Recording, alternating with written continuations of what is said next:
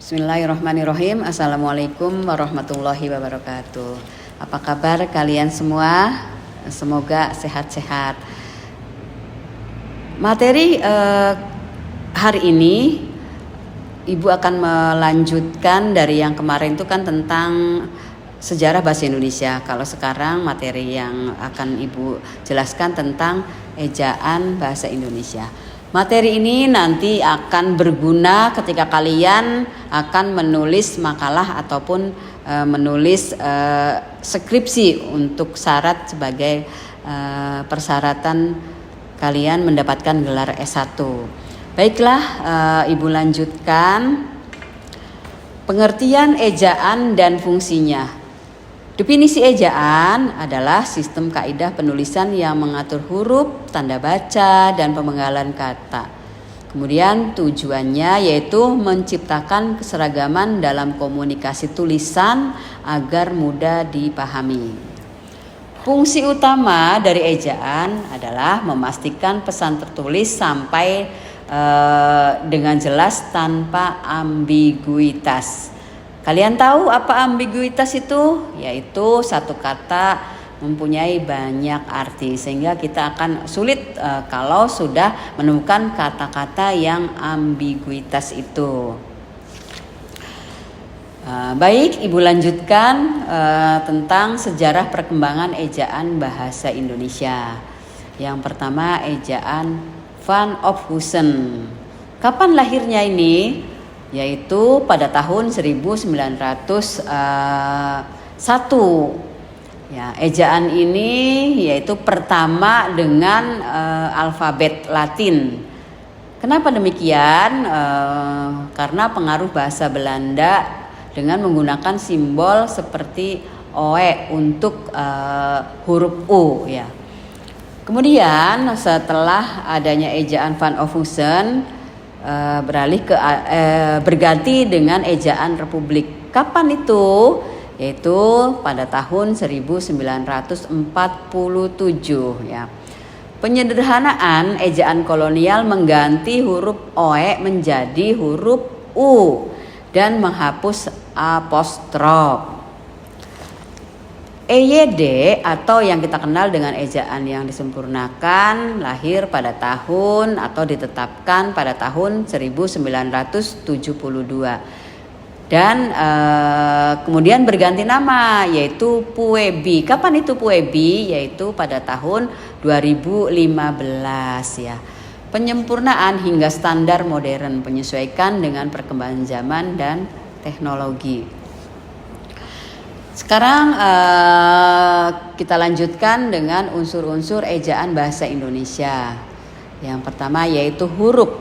Huruf di sini banyak menjelaskan tentang macam-macam yaitu huruf kapital, huruf miring, dan huruf tebal pada konteks tertentu. Contohnya nama orang yang diawali huruf kapital atau ketika kita menuliskan gelar kepada nama orang tersebut.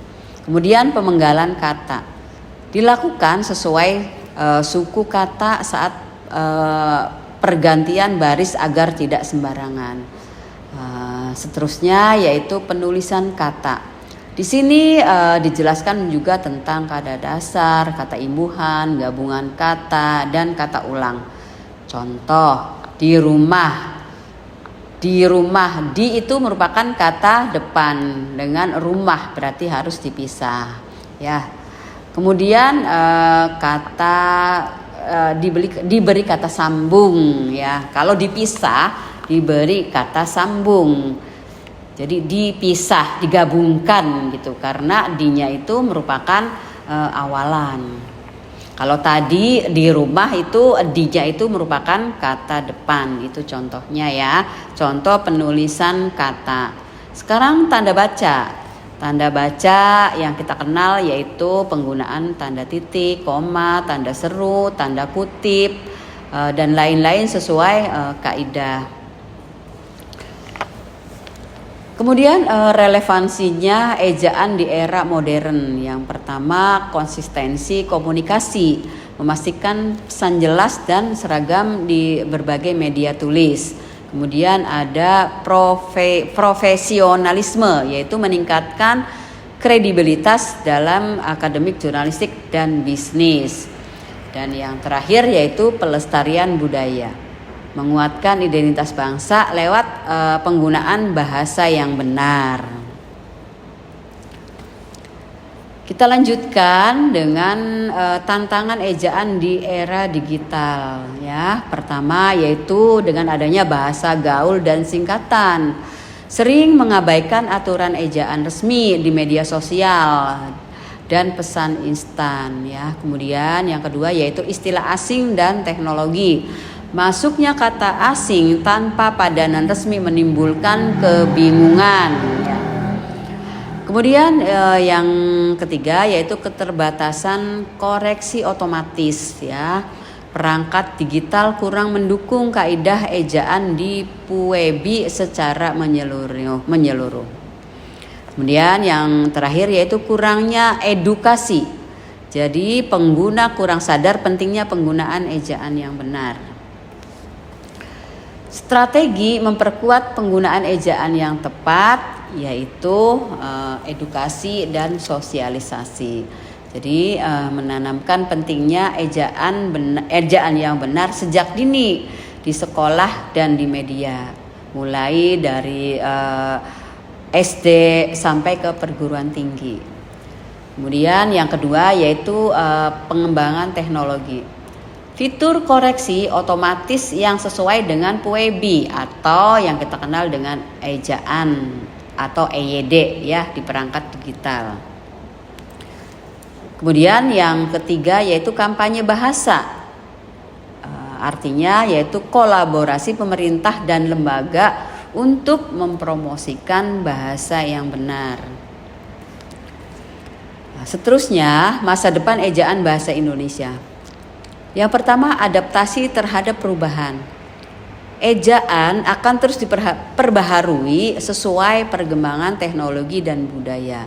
Kemudian selanjutnya yaitu peran masyarakat. Kesadaran pengguna sangat penting dalam menjaga keutuhan bahasa. Dan yang terakhir yaitu penguatan identitas. Ejaan yang tepat membawa bahasa Indonesia menjadi alat komunikasi dan identitas bangsa. Nah, baiklah dari materi yang sudah dijelaskan tadi, barangkali ada yang mau menanyakan tentang ejaan yang sudah Ibu jelaskan. Silahkan yang mau bertanya ya.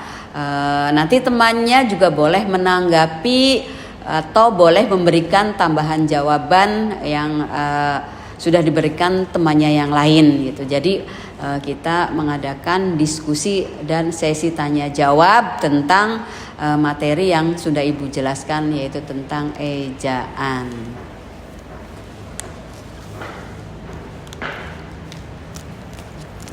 Terus mungkin untuk materi kali ini kita cukupkan sampai di sini ya. Nanti minggu depan kita lanjutkan kembali dengan topik yang sama. Tapi jangan lupa nanti di pretest sama Ibu tentang materi yang sudah Ibu terangkan tadi. Boleh nanti di materi yang akan datang sebelum meneruskan materi yang berikutnya kita mengadakan pretest tentang ejaan yang disempurnakan tersebut. Mudah-mudahan ada manfaatnya ya. Cukup sekian untuk materi kali ini. Ibu ucapkan semoga kalian tetap bersemangat, semangat belajar, kemudian semangat untuk berkuliah supaya kalian nanti cepat lulus. Amin. Demikian yang Ibu bisa sampaikan untuk pertemuan kali ini. Ibu akhiri perkuliahan ini dengan sama-sama membaca hamdalah. Alhamdulillahirabbil alamin wabillahi taufiq wal hidayah. Wassalamualaikum warahmatullahi wabarakatuh. Kayaknya udah itu aja ya Bagas ya. Siap.